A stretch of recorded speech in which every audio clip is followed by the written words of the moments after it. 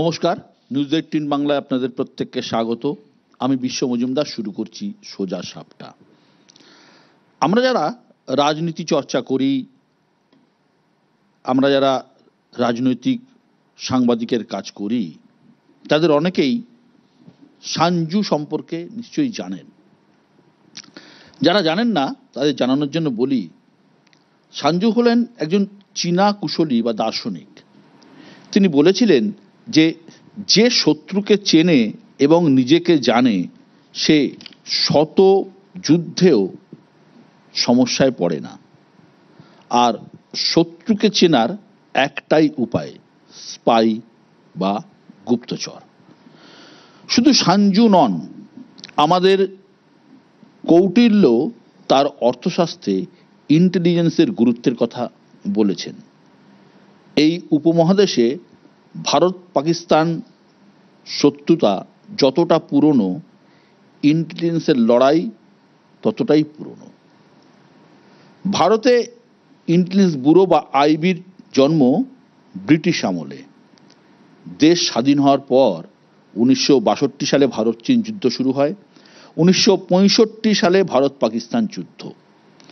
এই দুই যুদ্ধের পর নয়াদিল্লি বুঝতে পারে শুধু ঘরের খবর জানলেই হবে না, রাখতে হবে বাইরের খবরও।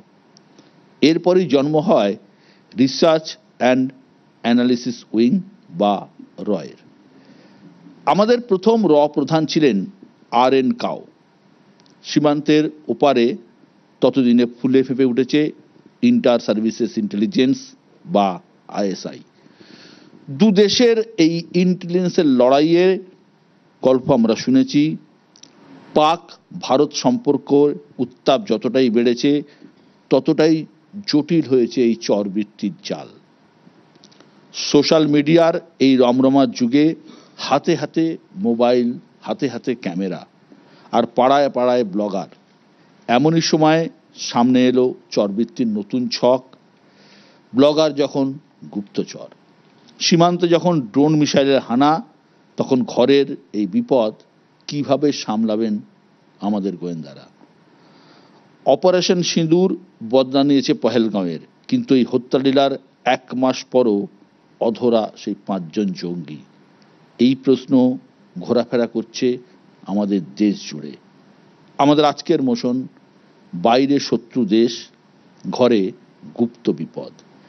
এ নিয়ে বলার জন্য যারা আজ আমার সঙ্গে আছেন তারা পরিচয় করিয়ে দিই। প্রথমে আমার একদম ডান দিকে রয়েছেন কংগ্রেসের পক্ষে অভিষেক বন্দ্যোপাধ্যায়। পাশে রয়েছেন প্রাক্তন গোয়েন্দা কর্তা, অবসরপ্রাপ্ত IPS কল্যাণ মুখোপাধ্যায়। তার পাশে রয়েছেন শঙ্কুদেব পণ্ডা, বিজেপির পক্ষে।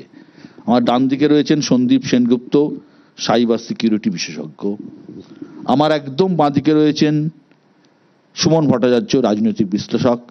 পাশে রয়েছেন পার্থপ্রতিম বিশ্বাস, CPIM এর পক্ষে। এবং আমার বাঁ দিকে রয়েছেন রাজ্যের বিশিষ্ট মন্ত্রী ডক্টর শশী পাঁজা। আমি ছোট করে প্রথমেই আসবো কল্যাণ মুখোপাধ্যায়ের কাছে। কল্যাণদা, এখন তো পাড়ায় পাড়ায় ব্লগার, পাড়ায় পাড়ায় প্রত্যেক রাতে মোবাইল ক্যামেরা। আজকের দিনে এই ইন্টেলিজেন্সের গুরুত্বটা ঠিক কতটা? আজকের দিনে বলে নয়, ইন্টেলিজেন্সের গুরুত্ব কিন্তু বহুদিন থেকে, বহু আগে, এমনকি আলেকজান্ডারের সময় আমরা জানি যে গুপ্তচর ব্যবহার হয়েছিল। যে জন্য এখন সমস্যাটা অনেক বাড়ছে সেটা হচ্ছে এত সংখ্যক মানুষ মোবাইল ব্যবহার করছেন, সেই সংখ্যাটা কিন্তু অসম্ভব রকমের বিশাল। এবং তাদের যে স্কোপ, একটা মোবাইলে কোনো কিছু আপলোড করলে সেটা মোটামুটি কয়েক কোটি মানুষের কাছে মুহূর্তে পৌঁছে যায়। তো সেইটার ভেতর দিয়ে কারা কারা কে কি করছেন সেটাকে খুব সিস্টেমেটিক্যালি যদি ধরতে হয়, তাহলে কিন্তু আমাদের যে যারা এই কাজগুলো করেন, কেন্দ্রীয় এজেন্সি এবং আমাদের রাজ্যে যারা রয়েছেন, তাদের কাছেও এটা কিন্তু পরিষ্কার ইংরেজিতে বলতে গেলে একটা ম্যামথ টাস্ক।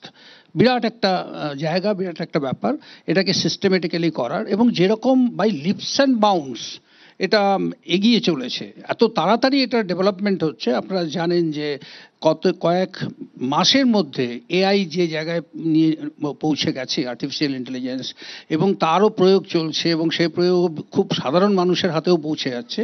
সুতরাং এখন কিন্তু তথ্য নেওয়া এবং সেই তথ্য বাইরে ছড়িয়ে দেওয়া, এটা কিন্তু খুব কম সময়ের মধ্যেই সম্ভব হচ্ছে। তাই এটা একটা, যেটা বলছিলাম, এটা একটা বিরাট একটা জায়গা, যে জায়গাটাতে পৌঁছতে গেলে, এবং প্রত্যেকটি মানুষ, একটা দেশের কোটি কোটি মানুষকে তো, প্রত্যেকটি মানুষকে তো পর্যবেক্ষণে রাখা যায় না।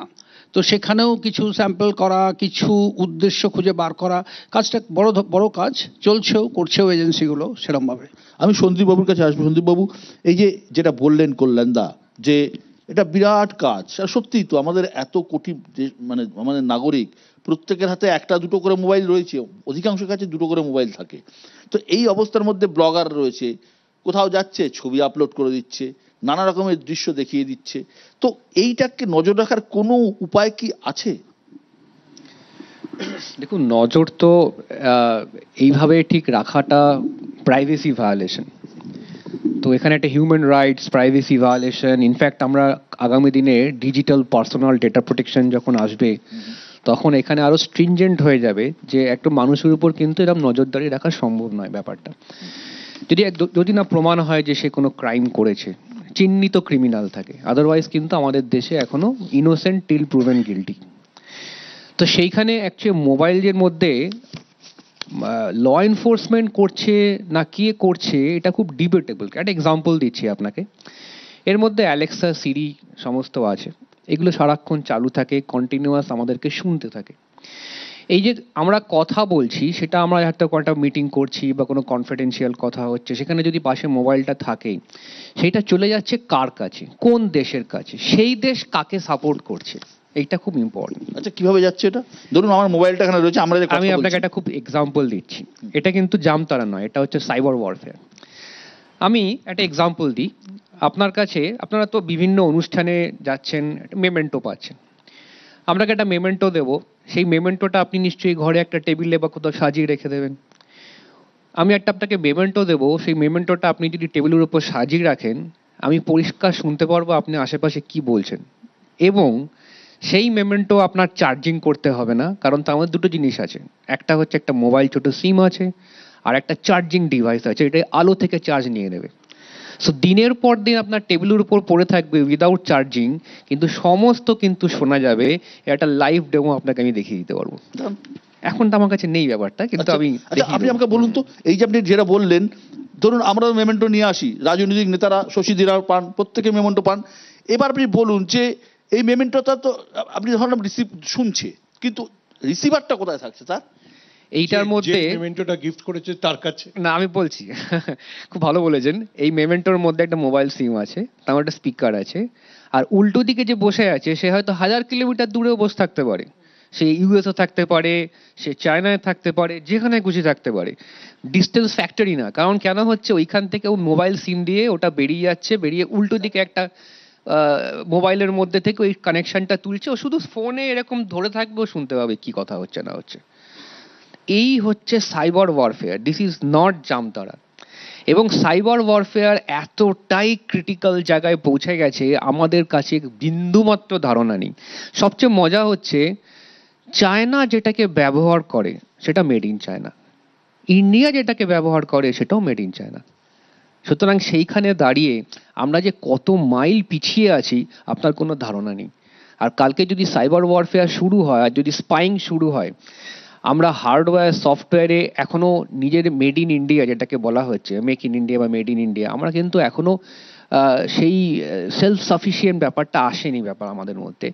এবং সেইখানে আমাদের ডিপেন্ডেন্সি কিন্তু পুরোপুরি বিভিন্ন কান্ট্রির উপর, তার মধ্যে একটা মেজরিটি কিন্তু হার্ডওয়্যার চায়নায় তৈরি হয়।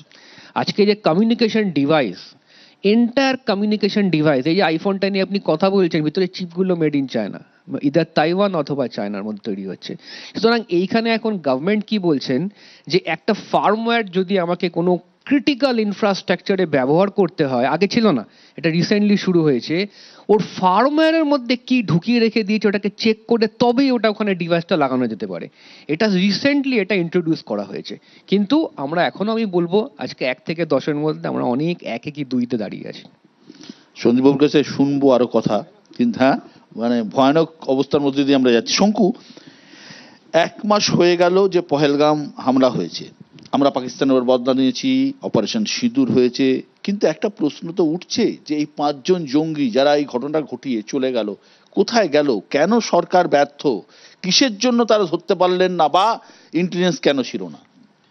প্রথম কথা হচ্ছে অপারেশন সিন্দুর এখনো পর্যন্ত শেষ হয়নি, এটা এখনো চলছে। ফলে যে অ্যাকশন হয়েছে সেই অ্যাকশনে এখনো পর্যন্ত যে 1000 জন মারা গেছে তাদেরও সকলের আইডেন্টিটি ডিসক্লোজারে আসেনি। ফলে ইটস টু আর্লি এখনই এই বিষয়ে কোনো কনক্লুশনে পৌঁছানো, কারণ একটা মিনিমাম টাইম প্রত্যেকটা ক্ষেত্রেই লাগে। কিন্তু অসুবিধার জায়গাটা অন্য, অসুবিধার জায়গা আপনার যে আজকে বিষয়, সেই বিষয়ের সব থেকে গুরুত্বপূর্ণ বিষয় হচ্ছে অহেতুক দেশের বিরুদ্ধে প্রশ্ন তুলে অন্য দেশের সুবিধে করে দেওয়াটা প্রকাশ্যে হচ্ছে দেশদ্রোহিতার মধ্যে ফেলা উচিত বলে আমি মনে করি।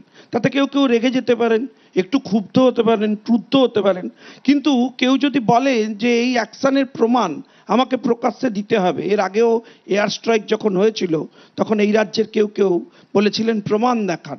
এবারে প্রমাণ চাইলো এটা আবার?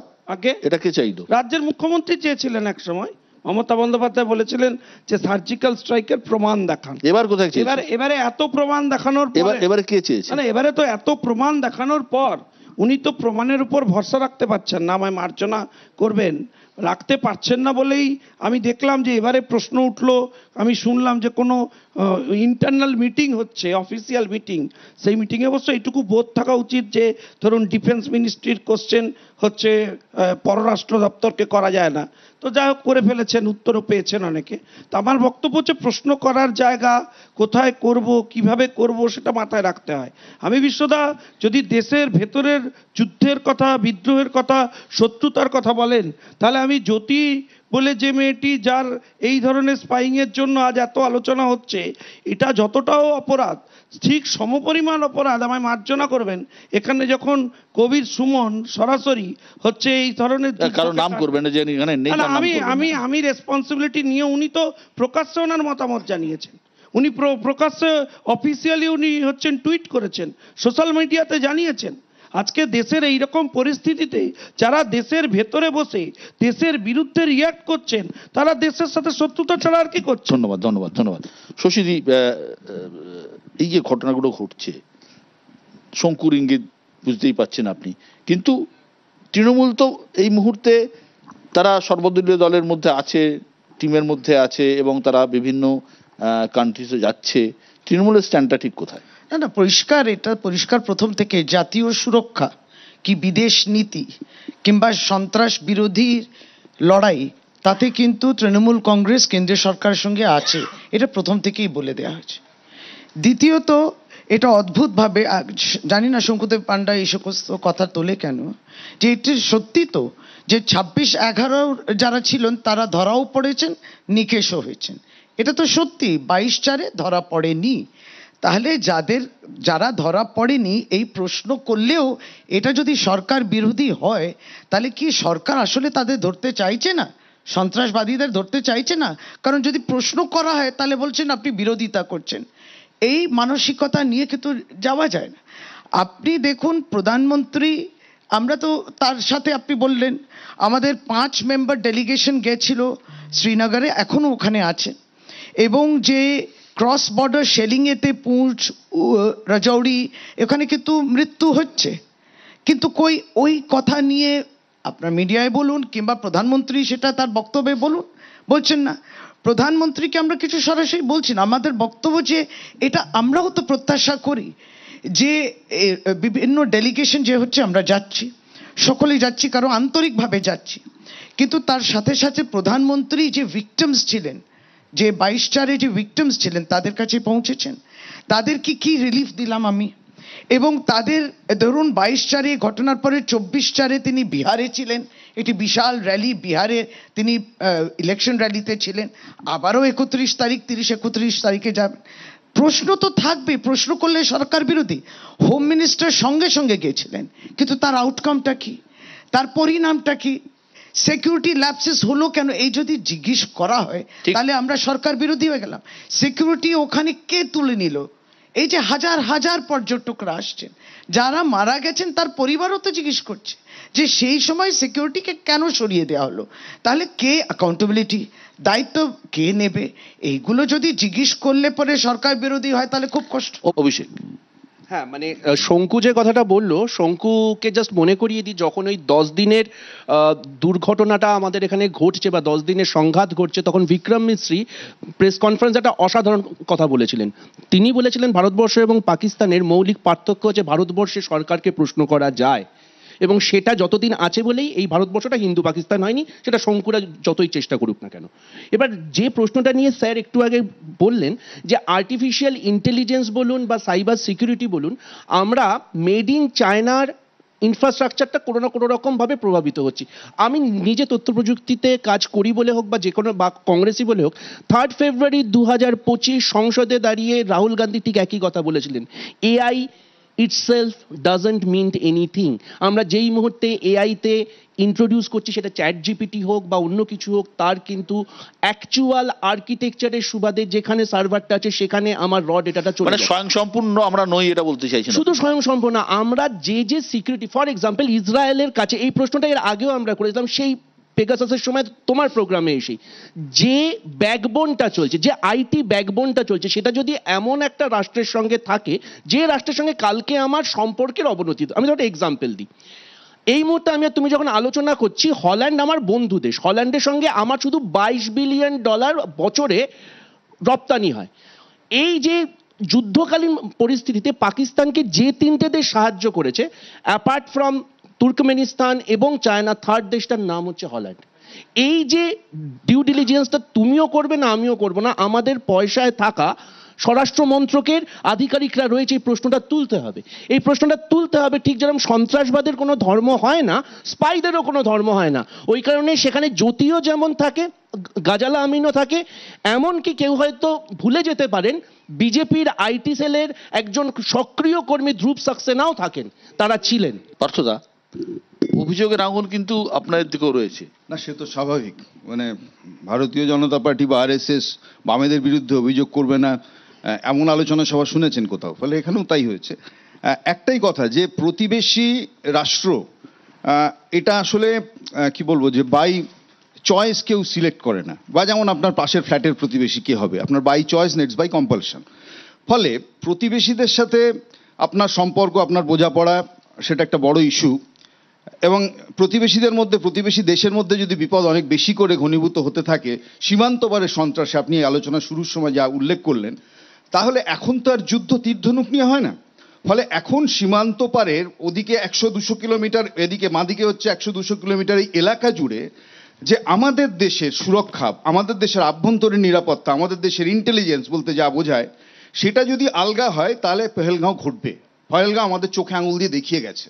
এবং এটাও ঠিক যে পহেলগাঁও ঘটনার পরে যে উচিত শিক্ষা দেওয়ার দরকার ছিল সন্ত্রাসবাদের ডেরায় গিয়ে, সেই শিক্ষাও দেওয়া হয়েছে। কিন্তু দেখুন, প্রয়োজনটা হলো ভারতবর্ষের, যে উচিত শিক্ষা দেওয়া ভারতবর্ষের মানুষের স্বার্থে। কিন্তু আমি বললাম যে সেই যুদ্ধ শেষ হলো কিন্তু বাণিজ্যের স্বার্থে, ডোনাল্ড ট্রাম্পের স্বার্থে। ফলে এখানেই হচ্ছে যে অদ্ভুত কি বলবো, যে ট্র্যাজেডি অফ ইন্ডিয়ান পলিটিক্স। ফলে সেখানে দাঁড়িয়ে আমার দেশের প্রয়োজনে যুদ্ধ শুরু হয়, কিন্তু মার্কিন যুক্তরাষ্ট্রের প্রয়োজনে যুদ্ধ শেষ হয়। এবার আপনি বিপদ বলছিলেন না, যে বিপদ আমাদের দেশে, এটা ঠিক যে এই যে গুপ্তচর যারা ধরা পড়ছেন, অভিষেক বললেন এক্ষুনি, যে গুপ্তচরদের সার নেম খান না মালহোত্রা, তা দিয়ে সন্ত্রাসবাদের ধর্ম বিচার করা ঠিক না, এখানে উচিত না। কিন্তু একই সাথে শুধু বিপদ কি ওখানেই গুপ্তচরের মধ্যে? আমি আপনাকে বলছি, আমাদের দেশের সেনা যে স্পিরিট নিয়ে লড়লো কদিন ধরে, সেখানে তো সত্যি আমাদের দেশে একটা ধর্মনিরপেক্ষ কাঠামো, আমাদের অসাম্প্রদায়িক কাঠামো ছিল। কিন্তু এটার পর বিশ্ব যদি এরকম হয় যে হরিয়ানার একজন মন্ত্রী বলে বসেন যে কর্নেল কুরেশি হচ্ছে সন্ত্রাসবাদীদের বোন, আমি বলছি এই বিপদটাও, হ্যাঁ, সন্ত্রাসবাদীদের বোন। ফলে আমি বলছি যে এই বিপদটাও ভারতবর্ষের কোনো অংশে কম বিপদ নয়। আমি বলছি এরকম আমাদের দেশের চররা যেরকম বিপদ, ভারতবর্ষের এই ফ্যাব্রিকটাকে যারা নষ্ট করতে চাইছে এবং খুলেআম ঘুরে বেড়াচ্ছে, সুপ্রিম কোর্ট বা কোর্ট বিচারালয় তাদের বিরুদ্ধে এফআইআর এর নির্দেশ সত্ত্বেও সেই সরকার, হরিয়ানার সরকার, তারা আজ পর্যন্ত একটা এফআইআর করার দেখায়নি, ধক দেখায়নি। আর অথচ অশোকা ইউনিভার্সিটির অধ্যাপককে পরের দিন জেলে পুরে দিয়েছেন দেশদ্রোহিতার অভিযোগে। তিনি একটাই কথা বলেছিলেন, আপনার পছন্দ না হতে পারে, ইউ ক্যান ইগনোর, যে অনেক মানুষই বলেছেন যে যুদ্ধ কখনো আলটিমেট সলিউশন আনে না, কিন্তু আমাদের দেশের এই মুহূর্তে যুদ্ধের দরকার ছিল, যুদ্ধ করেছে দেশের মানুষ। কিন্তু একজন মানুষ যদি এই কথা বলে তাহলে তাকে জেলে পাঠানোর মতো কোনো অপরাধ তিনি করেছেন বলে অন্তত আমরা মনে করি। সুমন, এই যে পহেলগাঁও বা তার পাল্টা অপারেশন সিঁদুর, এই পরিস্থিতিতে আর একটা কথা বলে নেওয়া ভালো যে ভারত কিন্তু কখনোই ট্রাম্পের কথা স্বীকার করছেন না। ভারতবর্ষ পরিষ্কার বলছেন পাকিস্তানের ডিজিএমও ফোন করেছিলেন এবং তার ভিত্তিতে আমরা যুদ্ধ মানে সংঘর্ষ বিরতির প্রস্তাব সিজফায়ারে রাজি হয়েছে। এমন নয় যে অন্য কোনো তৃতীয় রাষ্ট্র হস্তক্ষেপ হয়েছে বা ঠিকই বিশ্ব, কিন্তু একসাথে আমরা এইটুকু দেখতে চেয়েছিলাম ট্রাম্প বলার পর একটা কাউন্টার স্টেটমেন্ট বলতে, যা বোঝায় ভারতবর্ষ সরকারের তরফ থেকে। এবং ডোনাল্ড ট্রাম্প কিন্তু আগে ঘোষণা করেছেন, ডোনাল্ড ট্রাম্প কিন্তু আগে ঘোষণা করেছেন সরকারের পক্ষ থেকে না, কেন্দ্রীয় সরকারের পক্ষ থেকেও আর বিজেপিও কিছু না, আমরা এক্সপেক্ট করেছিলাম যে ডোনাল্ড ট্রাম্পের আগে নরেন্দ্র মোদী বলবেন। ডোনাল্ড ট্রাম্প আমার মুখপাত্র নয়, নরেন্দ্র মোদী আমার মুখমন্ত্রী। আমি বলছি যে নরেন্দ্র মোদী, ঠিক আছে, নরেন্দ্র মোদী কি চীনের মোদী সাহেবের বন্ধু, বন্ধুর কথা আমি রাখতে বললাম পারেন। চীন এক্সপেক্ট করে জিনপিংও বন্ধুর সাথে দোলনা দুলেছিল। ঠিক আছে, ঠিক আছে। সুমন, এই যে বারবার যে কথাটা বলা হচ্ছে অপারেশন সিঁদুর হয়েছে, প্রধানমন্ত্রী নরেন্দ্র মোদী একটাই কথা বলছেন এবং ভারতবর্ষের যারা কথা বলছেন তারা একটাই কথা বলছেন যে পাকিস্তানের সাথে যদি কথা হয়, আমি যতদূর জানি যে সম্ভবত শাহবাজ শরীফ 4টে পয়েন্টের কথা বলছিলেন, সন্ত্রাসবাদ, জল এবং কাশ্মীর এবং নানা ইস্যু নিয়ে, কিন্তু মোদী পরিষ্কার বলছেন যে যদি কথা হয় একমাত্র পিওকে নিয়েই হবে। এই বক্তব্যের বাস্তবিক ভিত্তি রাজনৈতিক দিক থেকে কতটা? এই বক্তব্যের হয়তো ততটা রাজনৈতিক ভিত্তি নেই, কারণ আমাদের 50 লাখ কাশ্মীরিকে সামলাতে যত পুলিশ লাগে, যদি আরো 70 লাখ পাক অধিকৃত কাশ্মীরিকে আমাদের নিয়ন্ত্রণে রাখতে হয় তাহলে আরো বেশি সেনাবাহিনী লাগবে। আমি সন্দীপবাবু যে টেকনিক্যাল জিনিসটা বলেছিলেন সেটাকে একটু বলবার চেষ্টা করি। সেটা হচ্ছে যে যেভাবে চীন করে, সেটা হচ্ছে চীনের একজনের স্টোরি নিউ ইয়র্ক টাইমস করেছিল, সে বেইজিংয়ে যাবে বিক্ষোভ দেখাতে, সে বাড়ি থেকে বেরোনোর পর ট্রেনে ওঠার পর পরের স্টেশনেই তাকে নামিয়ে নিয়েছে। তার কারণ হচ্ছে সে যখন মেল করছে তখনই সরকার আইডেন্টিফাই করছে সে কোথায় যেতে চায়, টিকিট কাটছে তখনই তার ফেস রিকগনিশন হয়ে যাচ্ছে। এবার আমাদের দেশে মানে এটা জনসংখ্যার বিষয় না, আমাদের দেশে এটা করলে সঙ্গে সঙ্গে টোটালিটেরিয়ান স্টেট বা ইত্যাদি অনেক কিছু বলা হবে, যেটা আবার শঙ্কুদের এজেন্ডা। কিন্তু আমার যেটা প্রশ্ন মানে ওভারঅল ডিবেটে, সেটা হচ্ছে আমি বিশ্বাস করি আমাদের গোয়েন্দাদের কাছে অবশ্যই এই তথ্য ছিল যে জ্যোতি কতবার পাকিস্তান গেছে, কিন্তু তার বিরুদ্ধে ব্যবস্থা নেওয়া হয়নি নিশ্চয়ই কোনো পলিটিক্যাল উইলের জন্য। আমরা একটা সহজ বিষয় যোগ করি, মানে যেটা বললে আমাদের সকলের রিলেট করতে সুবিধা হবে। এই মানে এখন বাংলাদেশের সাথে আমাদের যা সম্পর্ক, তাতে কে তুই আমি চাইলে ভিসা পাবো না, তো কে ভিসা পাচ্ছে এবং কে বাংলাদেশে অতিথি হিসেবে যাচ্ছে সেটা আমাদের গোয়েন্দারা জানেন না, এরকম নয় একদম। কিন্তু তার বিরুদ্ধে ব্যবস্থা নেওয়া হচ্ছে না কোনো পলিটিক্যাল কারণে, আমরাও জানি সেটা। এইটা হচ্ছে জ্যোতি বা এই যে অপারেশন মির্জাফর, যেটা এই মুহূর্তে শঙ্কুদের এজেন্ডা, সেখানে মূল বিষয় অর্থাৎ তুমি কেন পলিটিক্যাল উইলের জন্য এইটাকে চেপে রেখেছিলে, তুমি তো জানতে। কল্যাণদা, কি মনে হচ্ছে এই যে আমরা তো সবাই জানি জ্যোতি একা নাকি আরো বড় সড়ো চর নেটওয়ার্কের অংশ রয়েছে? জ্যোতি সামান্য একটা ব্যাপার, এর পেছনে অনেক বড় বিষয় রয়েছে। আমি প্রথমে সুমনবাবুর কথা নিয়ে বলি, যে কোনো জিনিসের কোথাও যদি কোনো গ্যাপ থাকে তার মানেই তার পিছনে একটা পলিটিক্যাল পার্টি আছে। এটা সেই জাজটার মতন হলো যিনি যে কোনো কেস উঠলি বলতেন মহিলাটা এর পেছনে কে, মানে উনি মনে করতেন পৃথিবীর সব সমস্যার পেছনে একটা মহিলা আছে। এটা ঠিক নয়। আপনি দেখুন, আপনারা জানেন যে ইভেন মাতাহারির কেসে কি হলো, সেখানে দুটো গভর্নমেন্টের হয়েই ও স্পায়োনেজ করছিল। তাহলে কি আমি ধরে নেবো যে ও ক্ষেত্রে জার্মানি এবং ফ্রান্স এরা দুজনেই পলিটিক্যালি মাতাহারিকে ধরতে চায়নি? ব্যাপারটা কিন্তু সেরকম। কিম ফিলবিও তাই চাইছিলেন। কিম ফিলবি তো মানে ব্রিটিশ ছিলেন কিন্তু আসলে রাশিয়ান এজেন্ট। আমি আমেরিকান এজেন্ট। কল্যাণবাবুকে ডিসরেপুট করছি, আমি একটু আমি 1 সেকেন্ড 10 সেকেন্ড বলিনি। দেখুন, আমাদের জীবনে সমস্যা হয়ে গেছে, সবাই এত টাইগার জিন্দা হ্যায় দেখে ফেকে ভেবেছি যে আইএসআই আর রয়ের সবসময় বন্ধুত্ব হচ্ছে, প্রেম হচ্ছে। আমরা ভুলে যাই, মানে I am sorry for saying that, যে পাকিস্তান ইজ এ রোগ স্টেট। তো তুমি যদি কখনো পাকিস্তানকে হ্যান্ডেল করছো, তুমি যেভাবেই হ্যান্ডেল করতে হবে। এবারে আমি বলি একটা কথা খুব ইম্পর্টেন্ট, স্পায়োনেজ কথাটা যতটা ইম্পর্টেন্ট, কাউন্টার স্পায়োনেজ কথাটা কিন্তু এখন ঠিক ততটাই ইম্পর্টেন্ট।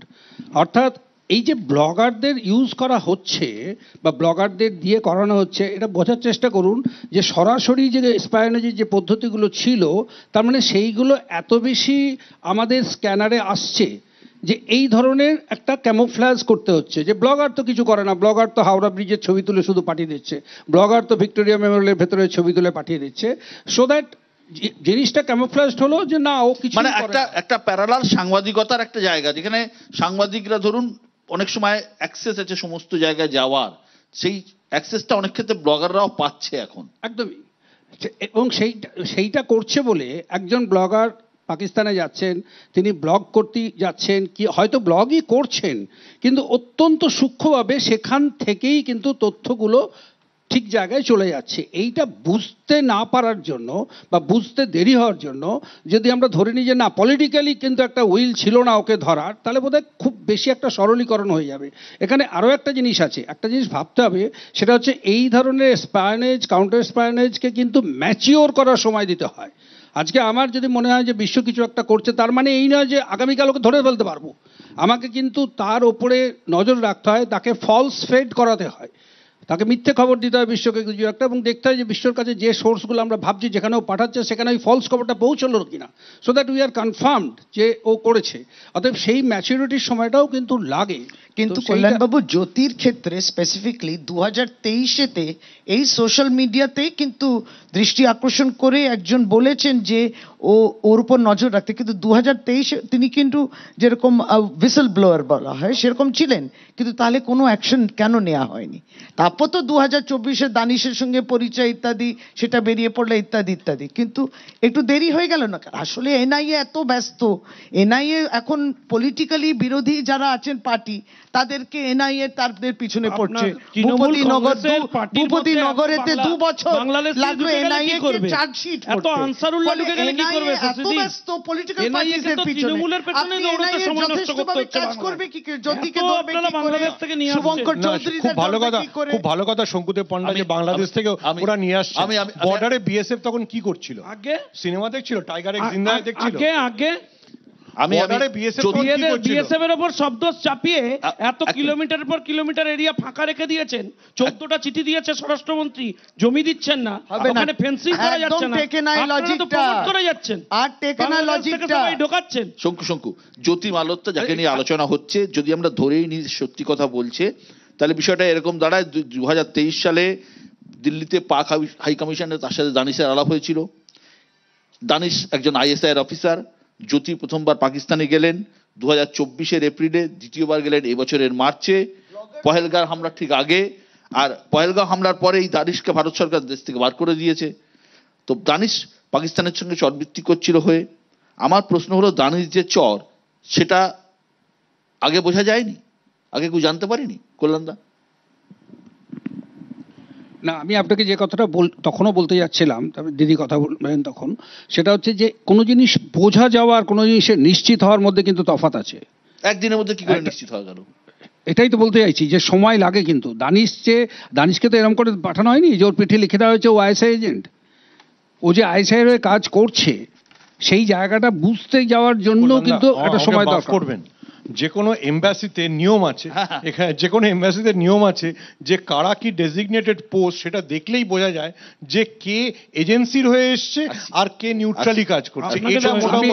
এটা মোটামুটি সবাই জানে। ইমিডিয়েটলি নেওয়া উচিত না, যারা সাংবাদিকতা করেছি যারা জানি যে একটা দূতাবাসের কোন কোন অফিসার ফরেন সার্ভিসের হয় আর বাদ বাকিরা কি কাজ করে, এটুকু মোটামুটি ধারণা আমাদের রয়েছে, এটা জেনারেল ধারণা। সন্দীপ বাবু, যে এই যে প্রযুক্তি তাকে কেন্দ্র করে গড়ে ওঠা যে এই সামাজিক মাধ্যম বা সোশ্যাল নেটওয়ার্ক, এইটা কি গোয়েন্দাদের কাজটা আরো কঠিন করে দিচ্ছে?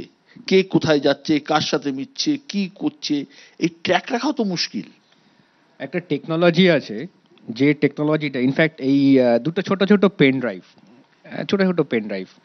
এই পেন ড্রাইভগুলোকে নিয়ে কেউ যদি মোটামুটি 1 কিলোমিটারের দূরত্বে দাঁড়িয়ে থাকে, এরা অনেকটা নিজেদের মধ্যে ওয়াকি টকির মতো কথা বলতে পারে। কোনো টেলিকম নেটওয়ার্ক লাগবে না, কোনো ইন্টারনেট লাগবে না। এবার যদি টেলিকম আর ইন্টারনেট ব্যবহার না হয় তাহলে ওটাকে তো মানে ভিতরে ইন্টারসেপ্ট করাটা খুব ডিফিকাল্ট। আজকে ইন্টারসেপ্ট করতে গেলে তাকে নয় টেলিকমে ইন্টারসেপ্ট করতে হবে, নয় ইন্টারনেটে ইন্টারসেপ্ট করতে হবে। তো এখন যে সমস্ত টুলগুলো আছে তার কোনো না কোনো একটা মিডিয়াম, কিন্তু দুটো ডিভাইস যদি ডাইরেক্টলি নিজেদের মধ্যে কথা বলে তাহলে কিন্তু ওটাকে ট্র্যাক করা ইজ নেক্সট টু ইম্পসিবল। সবচেয়ে বাজে জিনিস হচ্ছে এই দুটো ডিভাইস পাবলিকলি একটা অ্যামাজনের মতো সাইটে বিক্রি হচ্ছে 20,000 টাকাতে। হ্যাঁ হ্যাঁ 20,000 টাকাতে 20,000 বিক্রি টাকায় হচ্ছে। পাওয়া যায়।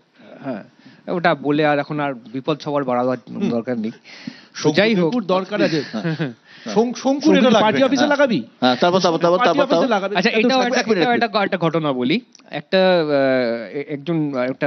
পার্টিতে আমি এটা প্রায় 3-4 বছর আগে আমি দেখেছিলাম, জুম, ফ্রি জুম কোভিডের সময় মারাত্মক ব্যবহার করা হয়েছিল।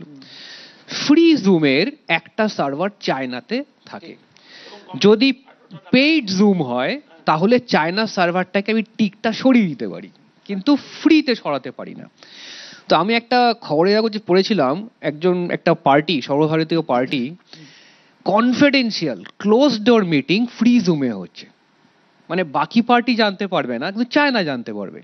তো এই যে জিনিসগুলো আমার চায়না ইচ্ছে করলে স্টোরও করে রাখতে পারবে। হ্যাঁ মানে অবশ্যই করছে। তো ক্লাউডে তো থাকছেই। ক্লাউডে তো এইবার এইখানে যে একজন টেকনিক্যাল মানুষ হিসেবে আমার খুব ব্যাপারটা মানে হাসি পেয়েছিল যে এরকম একটা close door meeting, confidential, national security, এটা চায়না জানে কিন্তু বাকি পলিটিক্যাল পার্টিরা জানে না। এই যদি ম্যাচুরিটি হয় টেকনিক্যালি তাহলে আমাদের দেশের পক্ষে এটা খুব ভয়ঙ্কর ব্যাপার। এবং এই জায়গাতে দাঁড়াই মানে দেখা যাচ্ছে যে আমাদের ঘরের লোক হয়তো জানতে পারছে না, আমরা নিজেদের মধ্যে হয়তো মারপিট করছি, কিন্তু বাইরের লোক কিন্তু জানতে পারছে। এবং আরেকটা জিনিস আমি অনেকদিন আগে হাইলাইট করেছিলাম, আজকে যে ইলেকশন হয় বা যে কোনো আমাদের পলিটিক্সে আমরা তো ভয়ঙ্করভাবে সোশ্যাল মিডিয়ার উপর ডিপেন্ডেন্ট। সোশ্যাল মিডিয়া যাকে তুলবে সে কিং, যাকে ফেলবে সে পারবে না করতে, ইলেকশন জিততে পারবে না, কারণ আমরা ডিজিটালি খুব ডিপেন্ডেন্ট। এই সোশ্যাল মিডিয়াল অ্যালগরিদমের মধ্যে কোনো ট্রান্সপারেন্সি আছে? নেই। কালকে যদি বিদেশি শক্তি বলে যে আমি একে রাজা করব, একে বসিয়ে দেব, they have all the power to do that. তার মানে আমাদের দেশের যে ইলেকশনটা সেটা কিন্তু মারাত্মকভাবে কিং মেকার দেশের মধ্যে না বিদেশের রাষ্ট্রের হাতেই ক্ষমতা আস্তে আস্তে চলে যাচ্ছে, এবং আমরা কিন্তু প্রচন্ডভাবে ডিজিটাল নির্ভর হয়ে যাচ্ছি। যত ক্যাম্পেইন যা কিছু সবার কাছে SMS আসছে, সবকিছু আসছে। এই যে ডিজিটাল নির্ভরতা, এটা কিন্তু একটা টাইমে দেখা যাবে যে king maker is outside the country. আমাদের প্রতিবেশী রাষ্ট্র বাংলাদেশের ক্ষেত্রে কি এটা প্রযোজ্য সুমন? অবশ্যই উনি যেটা বললেন আমি কারণ আমরা জানি ইতিমধ্যেই এই আজকেই বাংলাদেশে একটা বিরাট ডামাডোল শুরু হয়ে গেছে, পালাবদল আসন্ন, এবং খুব সম্ভবত ইউনূস দেশ ছেড়ে চলে যাবেন, পদত্যাগ করবেন বলে শোনা যাচ্ছে, এবং আর্মি হয়তো টেক ওভার করবে বাংলাদেশ সরকারের। তো এই যে বিষয়টা উনি বললেন, এটা কি আমাদের প্রতিবেশী দেশের রাজনৈতিক অঙ্কের ক্ষেত্রে প্রযোজ্য? আজকে ইউনূসের যাই পরিণতি। তার আগে একবার বিশ্বদা উনি বললেন তো এই ডিজিটাল টেকনোলজিটাকে আবার আমাদের রাজনৈতিক দলগুলো ট্রোল করতে কিভাবে ব্যবহার করছেন। ট্রোলের সেনা বেরিয়ে গেছে, ট্রোল কোথায় গিয়ে থামবে তা জানি না। বিদেশ সব চিজ আবার তার মেয়েকেই ট্রোল করে দিল, এটা ব্যাকফায়ার, ফ্রাঙ্কেনস্টাইন হয়ে গেছে। এইভাবেও কিন্তু ইউজ করা, সেটা মিস ইউজ। পরস্পর বিরোধী ব্যাপারটা দেখুন, এইদিকে ডিজিটাল মিডিয়া, সোশ্যাল মিডিয়াতে কত কি হচ্ছে, চরবৃত্তি, এসপিওনেজ সব হচ্ছে, অথচ ফ্রিডম অফ স্পিচ, আপনি বাক্য স্বাধীনতা ক্রমাগত হারাবেন। আপনি কথা বললেন জেলে পড়বে, আপনি বেশি বললেন সরকার বিরোধী বললেন ইউএপিএতে বললেন, পরস্পর বিরোধী, আপনি ওটা কন্ট্রোল করতে পারছেন না, এটাও কন্ট্রোল করতে পারছেন না। এটা কি অম্বিকাস মহাপাত্রর ক্ষেত্রে প্রযোজ্য? এটা আপনারা ভাবুন, লোক নন, আমি সরকার আসবে যাবে, সরকারের দায়িত্ব প্রতিষ্ঠান তৈরি করা, দেশ বিরোধী কথা যেমন আপনারা অ্যালাউ করছেন, আপনি নিজে থাকবেন, আপনি এটা প্রযোজ্য কিনা ফায়ার অ্যানাউন্স করবেন, পরের দিন বলবেন বিজেপি বেরিয়ে পড়ো তিরঙ্গা যাত্রা, কিছু হবে? তো করবই, কি কারণ আমরা তো আপনারা যেমন প্রফেশনাল অর্গানাইজেশন ভাড়া করেছেন, তিনটে রঙের কথা মনে পড়লো, সব আমরা তো সব করি না ব্যবহার জন্য। আপনাদের অনেক রকম প্যাক আছে, সেসব দিয়ে আপনারা করেন। দেখছে তো ওইগুলো। আমি যেটা তোর যেটা প্রশ্ন ছিল, যেটা সন্দীপবাবু বলেছেন সেটা তো একেবারে সত্যি। অনেকদিন আগে ভেবেছিলাম কংগ্রেস বলবে, রাহুল গান্ধী তো এই জন্যই কেমব্রিজ অ্যানালিটিকার কথা তুলেছিল। মেটা তো ঠিক করে দিচ্ছে যে কার বক্তব্য হাইলাইটেড হবে আর কার বক্তব্য নামবে। মেটার নিজের আমেরিকান কংগ্রেসের কাছে দেওয়া তথ্য অনুযায়ী তারা পৃথিবীর 112টা নির্বাচনকে প্রভাবিত করেছে। 112টা নির্বাচনকে প্রভাবিত করেছে। মার্ক জুকেরবার্গ যখন কমলা হ্যারিস সিনেট কমিটির চেয়ারম্যান ছিলেন তার সামনে বলেছেন। এবার তো বাংলাদেশের প্রশ্ন, বাংলাদেশে ইউনূসের আজকে যাই হোক, ইউনূস তো বসছিলেন এই সোশ্যাল মিডিয়াকে উত্তাল করার মধ্যে। আমি লিঙ্কটা ধরে আমি জিজ্ঞেস করলাম। হ্যাঁ অভিষেক কি বলছিলেন? হ্যাঁ, আমি যেটা বলছিলাম যে সুমনদার কথা নিয়ে, এই যে বটগুলো তৈরি হয়, এই ক্যামব্রিজ অ্যানালিটিকা হোক বা এগুলো, এই যে এক একটা প্রোটোটাইপ আছে সেগুলো আছে। এবার সমস্যার কোথায় গেছে যে আমি সন্দীপবাবুর সঙ্গে 1000% একমত। এক হচ্ছে আমাদের ম্যাচিউরিটি, আর দুই হচ্ছে অর্ধেক শিখে আমরা প্রয়োগ করতে যাই। আমি যেহেতু কর্মসূত্রে তথ্য প্রযুক্তি, এটা আমরা হারে হারে বুঝি, বাট এখানে একটা ছোট্ট বক্তব্য আছে। সে বক্তব্যটা হচ্ছে শরদিন্দু বন্দ্যোপাধ্যায়ের মগ্ন মহিনাকে হেনা মল্লিক ছিল। হেনা মল্লিকরা সবসময় যে তাদের জন্য কোনো সোশ্যাল মিডিয়া লাগে না। সমস্যাটা হয়ে যায় যখন আইপিএস দেবেন্দ্র সিং আইএসআই এর চর হয়েছে। এবার IPS is not a matter of joke. সমস্যা হচ্ছে যে একজন ব্লগারের ইন্টিগ্রিটি চাওয়া আর আইপিএস এর ইন্টিগ্রিটি চাওয়া, আমি কাকে ভরসা করব? আমি জাস্ট একটা কথা দিয়ে শেষ করি। অভিষেক, আমি আই ডিফার। তুমি কি করে ব্লগারের ইন্টিগ্রিটি চাইবে? তুমি ব্লগারের ভালো করে দেখোনি। ব্লগার রাম মন্দিরে কি আলাপ করেছিলেন? এক্স্যাক্টলি। যদি রাম মন্দিরে আলাপ হয়, অতিভক্তিটা চোরের লক্ষণ হয়। আমার তো বক্তব্য সেটাই। কল্যাণদা, আমি ধরে নিলাম আজকে তথ্য প্রযুক্তির যুগে ইনফরমেশন পাওয়া কোনো বিষয় নয়। আপনি ধরুন যে ছবিও তো পাওয়া যায়, তার কারণ এখন উপগ্রহ রয়েছে, স্যাটেলাইট রয়েছে, নানা রকম জায়গা রয়েছে। ছবি পাওয়া আজকালকার দিনে বিরাট ব্যাপার না যে কেউ ভিক্টোরিয়া মেমোরিয়াল ছবি পেলো না বা মিউজিয়ামের ছবি পাবে না, এগুলো পাওয়া যায়।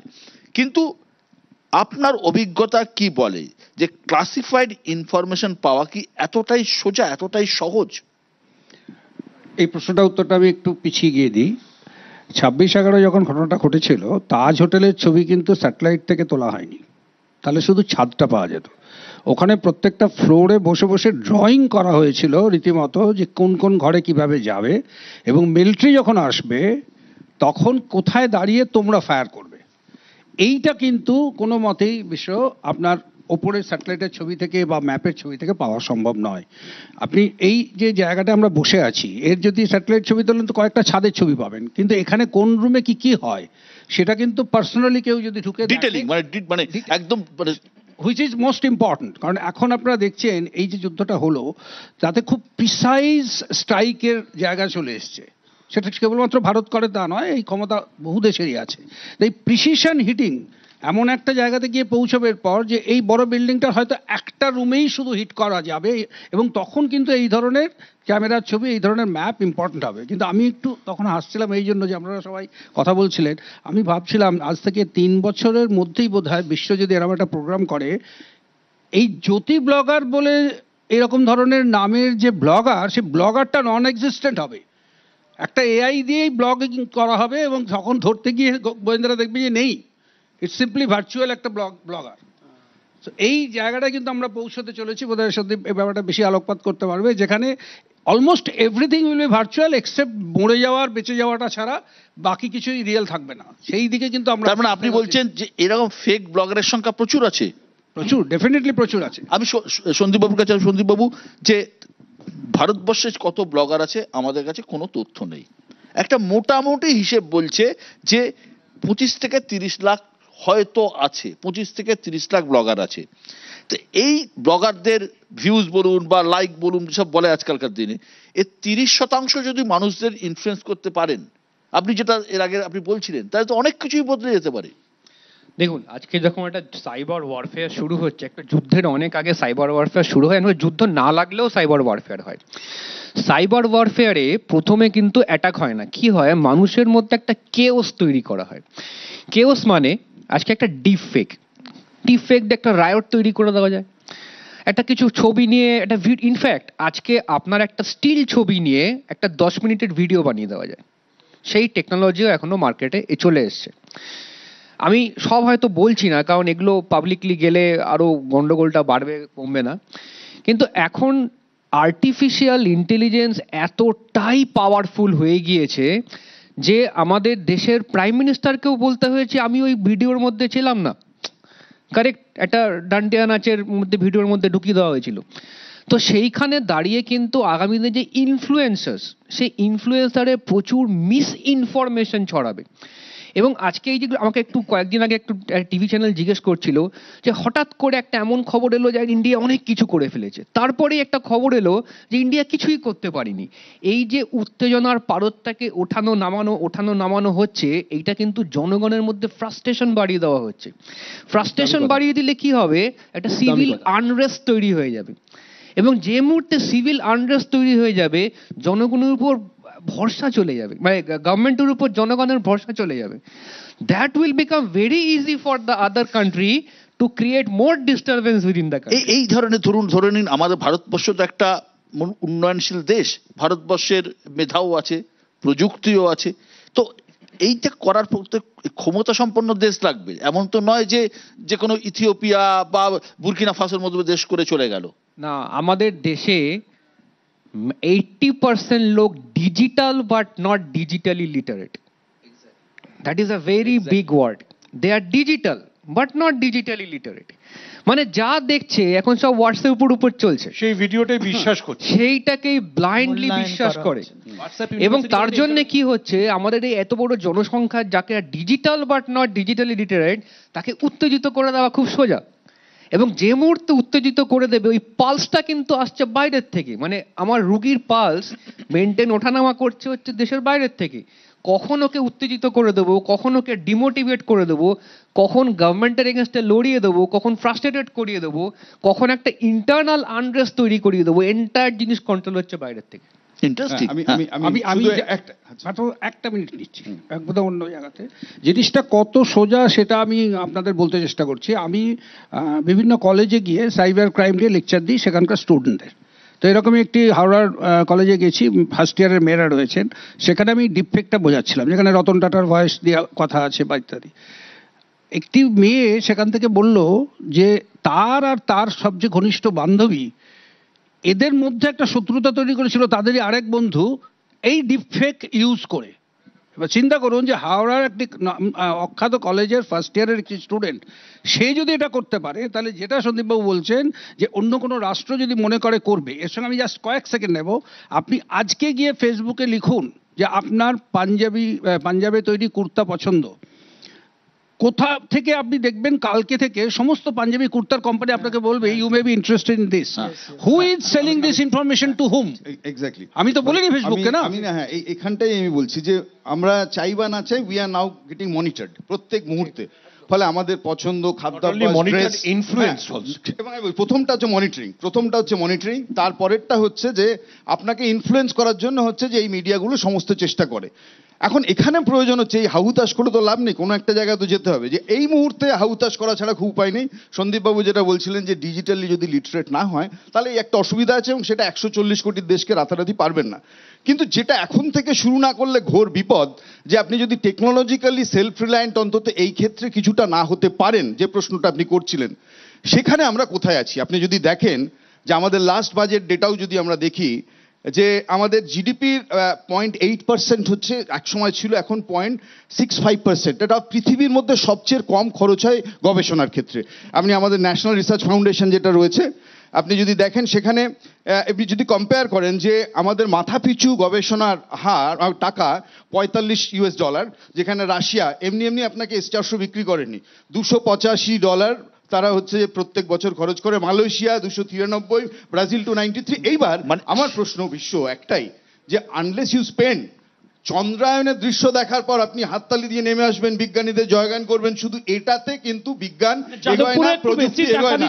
ফলে সেখানে দাঁড়িয়ে আমি বলছি দেশের সরকারকে, আবার বলছি যে কর্পোরেট মুখী বলছে এরকম, আমি বলছি আরে ডিএ আপনার এই যে এরিয়ার ডিএ 10,000 কোটি টাকা দিতে হচ্ছে 25%, তো আমি আপনাকে গবেষণার খরচ বলছি, আগামী 5 বছর 50,000 কোটি টাকা মাত্র, এবং তার 75% দেবে হচ্ছে কর্পোরেটরা, তবে দেশের রিসার্চ এগোবে। এই যদি এই দেশের রিসার্চ হয় তাহলে আমরা শঙ্কুর এটা বলা উচিত। আমি একটু বলি, সেটা হচ্ছে ঠিকই যে গবেষণার জন্য বিজেপি টাকা কমিয়েছে, কিন্তু তাই বলে আপনারা বাংলাদেশের দফা 1 দাবি 1কে এপাশে বিভাগ ব্যবহার করতে শুরু করে দেবেন, এটার জন্য গবেষণার দরকার ছিল না। এটা তো আপনাদের মস্তিষ্কের ব্যর্থতা যে আপনারা বাংলাদেশের জামাত ইনফ্লুয়েন্স করতে চাইছে এখানে, সেটা বোঝেননি। আমাদের যেমন এটা ভয়ানক যেটা সন্দীপ বাবু বললেন, কল্যাণ বাবু বললেন, এটাও যেমন এই ভার্চুয়াল ওয়ার্ল্ডটা এত ভয়ানক, ঠিক তার সাথে সাথে আমাদের দেশের ন্যারেটিভটাও এত ভয়ানক হচ্ছে। আপনি দেখুন যে ঘটনাটা হলো পেহেলগাঁওতে, কিন্তু তারপরে ন্যারেটিভটা কিভাবে দাঁড়ালো, কোথায় গিয়ে দাঁড়ালো। আপনি 1 মাসের অবজার্ভ করছেন, রাজস্থানে গিয়ে বক্তব্য হচ্ছে, কিন্তু 1 মাস আগে যে ঘটনাটা হয়েছে সে ঘটনা নিয়ে আর বলা হচ্ছে না।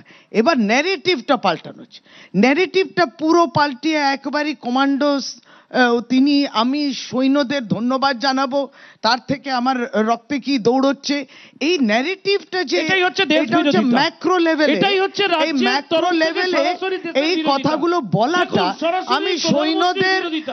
সৈন্যদের সরাসরি ধন্যবাদ অপারেশন জানাবো, সিঁদুরের ওইসব বিরোধিতা। চেঁচিয়ে লাভ নেই। এটাই তো, শুনুন, এই বিরোধিতাটাই আপনারা সেটা ব্যাপার, করছেন। শুনুন, এটাই দেশের ভেতরে শঙ্কু, থাকা শঙ্কু, শঙ্কু, এটা বিরোধিতা নয়, শঙ্কু একটা কথা আছে। তোমাদেরকে প্রশ্ন শঙ্কু একটা করলে কথা আছে। তোমাদের এই দেশের মনে বিরুদ্ধে করছো শঙ্কু একটা কথা আছে। এই অধিকার দেশের তোমাদের বিরুদ্ধে কেউ দেয়নি, শঙ্কু একটা কথা আছে। যে তোমাদের এই অধিকার কেউ আপনাদের দেয়নি একটা কথা আছে। যে কাউকে আপনাদের এই দেশবিরোধী অধিকার বলবে, নেই। দেশের দেশ বিরুদ্ধে বিরোধী বলার যারা আছে শঙ্কু তারা একটা বলতে কথা আছে। পারছে না। কেউ দেয়নি। এবং এইখানে নির্বাচনে এই শঙ্কু, ন্যারেটিভটা দেশের সমস্তটা থেকে রাজনৈতিক দেশের কেন্দ্র, বিরুদ্ধে যা যা করার রাজনীতিক করছেন। কেন্দ্র সামনে। ওই এতই যদি কনসার্ন ছিল তাহলে বিহারের র্যালিতে গেলেন কেন? কেন যাবেন না? কেন তিনি অল পার্টি কেন যাবেন মিটিং এ না? ছিলেন না? স্বাভাবিক অবস্থা অল পার্টি রয়েছে। মিটিং এ থাকবেন কেন তো, যাবেন না? দেশকে বোঝাবেন কেন তো, যাবেন না? অল পার্টি আপনার মিটিং এ মুখ্যমন্ত্রী থাকবে। তো মৃতদের বাড়িতে এটাই তো যাননি। বিষয়। আপনারা কে ওটা বেঁধে মনে করছেন আপনারা দেশের দেশের পক্ষ, বিরোধিতা করছেন, দেশের সবাই ভক্ত? দেখছে। এটার পরিণতি কি পরিণাম আপনি জানবেন। সুমন, ছোট্ট করে, বাংলাদেশের পরিস্থিতি যেদিকে গড়াচ্ছে, খুব দ্রুত সংক্ষিপ্ত বলো, কোন দিকে যাচ্ছে? কারণ আমাদের প্রচুর দর্শকও বিভিন্ন জায়গায় রয়েছে, কোন দিকে যাচ্ছে? ইউনুসের গদি টলমলে। এবার ইউনুস পদত্যাগ করে এখনই চলে যাবেন কিনা সেটা পরিষ্কার নয়, কিন্তু একটা জিনিস পরিষ্কার যে ইউনুসের উপর আর মেজরিটি লোকের মানে কনফিডেন্স নেই। বিএনপি যেভাবে খোলাখুলি ইউনুসের উপদেষ্টাদের দুজনের পদত্যাগ চেয়েছে, আবার ইউনুসের মূল সমর্থক ছাত্রদের তরফেও যেভাবে বিএনপির সমর্থক বলে চিহ্নিত করে 3 জন উপদেষ্টার পদত্যাগ চাওয়া হয়েছে, তাতে তথাকথিত যে জোট সেটা ভেঙে গেছে। এবার এই জোটটা ভাঙার পরে ইউনুস কতক্ষণ 83 বছর বয়সে ক্ষমতা ধরে রাখবেন সেটা দেখা। add করতে চাইছি। একদম সন্দীপ বাবু, যে কোনো ক্ষেত্রেই পলিটিক্যাল উইল খুব ইম্পর্টেন্ট। আমরা দেখেছি ভোটের সময় রাজনৈতিক দলগুলো, আপনি যেটা বললেন, যে সোশ্যাল মিডিয়া অ্যাকাউন্ট বা কন্টেন্ট ক্রিয়েটারদের ব্যবহার করে, তাদের ইউজ করে। এরা গত কয়েক বছর আমরা দেখেছি, সে দিল্লির নির্বাচন হোক, রাজ্যের নির্বাচন হোক, তারা টাকার বিনিময়ে হোক বা অন্য কোনো কারণে সেই দলের হয়ে কন্টেন্ট তৈরি করে। লকগেট তো খুলেই দেয়া হয়েছে। এবার দেশ বিরোধী কোনো শক্তি, আপনি যেটা বলছিলেন যে এদের মধ্যে যে কাউকে কাজে লাগায়, এটা রোখার উপায় কি? একদম স্কুল লেভেল সিলেবাস থেকে না, যেটা বিদেশে হয়, যে ডিফেক্ট আমি কিভাবে আইডেন্টিফাই করব। আজকে ডিজিটাল লিটারেসি কিন্তু ওরকম বয়স্ক মানুষদের শেখালে বা মধ্যবয়সীদের শেখালে হবে না। একদম স্কুলের জুনিয়র লেভেল থেকে চালু যদি না করি, এই জেনারেশন যা হওয়ার হয়ে গেছে, আগামী জেনারেশন অ্যাটলিস্ট ডিজিটালি লিটারেট হবে এবং আইডেন্টিফাই করতে পারবে যে কোনটা নিজের জন্য ভালো, কোনটা দেশের জন্য ভালো। না করলে আমাদের আগের নেক্সট প্রজন্ম, এই প্রজন্ম যেরকম যতটাই ইলিটারেট ততটাই ইলিটারেট তৈরি হবে। আপনি আপনাকে বলুন যে ডিজিটালি লিটারেট পৃথিবীর সব থেকে উপরের 5টা দেশকে কি? এটা বলা খুব মুশকিল, কেননা এখানটায় দুটো পার্থক্য আছে। আজকে চায়না কিন্তু ফিল্টার্ড জিনিস পাঠাচ্ছে তাদের দেশের সিটিজেনকে, ইউএস ফ্রি পাঠাচ্ছে, সবাইকে একদম ফ্রিডম দিয়ে দিয়েছে, কিন্তু তাদেরকে ওরা লিটারেসি দিয়ে দিয়েছে। সো প্রত্যেকটা কান্ট্রির নিজস্ব একটা রাস্তা আছে যে কিভাবে মানুষকে ইদার প্রোটেক্ট করবে। মেইনলি হচ্ছে হাউ টু প্রোটেক্ট। আমি কি ফিল্টার জিনিস পাঠাবো নাকি ওপেন পাঠাবো, কিন্তু ওদেরকে নিজেকে সেলফ সাফিসিয়েন্ট করে দেবো। এই মোমেন্টে দাঁড়িয়ে ইউএস, ইউকে, চায়না এরা কিন্তু প্রত্যেকেই অনেকটাই আমাদের থেকে, স্পেসিফিক্যালি আমাদের খুব ভালো যে আমাদের ইসরায়েল বেসিক্যালি আমাদের সাপোর্ট করছে, কারণ ইসরায়েল কাছে ম্যাক্সিমাম স্পাইং সফটওয়্যার আছে, মানে ম্যাক্সিমাম স্পাইং সফটওয়্যার গুলো আছে। তো সেইখানে দাঁড়িয়ে ইসরায়েল, ইউএস, ইউকে, চায়না এগুলো, এই দেশগুলো কিন্তু আমাদের থেকে এগিয়ে আছে। ঠিক, আমার সময় একদম শেষ হয়ে গেছে। আমি একটাই কথা বলে শেষ করব, যেটা সন্দীপবাবু বললেন যে জেনারেশন, আমাদের জেনারেশন হয়তো শিখতে পারবে না, আমাদের পরবর্তী বা তার পরবর্তী জেনারেশনের শেখার দরকার আছে। আমাদের কাছে এসব এত হতাশার মধ্যে একটা আশাব্যঞ্জক বিষয় আছে, সেটা হচ্ছে যে আমাদের যে জনসংখ্যা 2029 সালে একটা রিপোর্ট বলছে গোটা পৃথিবীর মধ্যে সব থেকে বেশি ইয়ং জেনারেশন থাকবে ভারতবর্ষের। সব থেকে বেশি ইয়ং জেনারেশন থাকবে 25 থেকে 30 বছর বয়সী, তারা থাকবে ভারতবর্ষী, এবং চায়নাও খুব একটা পিছিয়ে থাকবে না, আর ইউরোপ বা আমেরিকা অনেকটাই পিছনে থাকবে। সুতরাং আমাদের কাছে এটাই আশার, কিন্তু শুধুমাত্র তরোয়াল বা গুলি বোমা ছুড়ে যুদ্ধ নয়, আগামী দিনের যুদ্ধ কিন্তু এই ডিজিটাল যুদ্ধ, এ নিয়ে কোনো সন্দেহ নেই।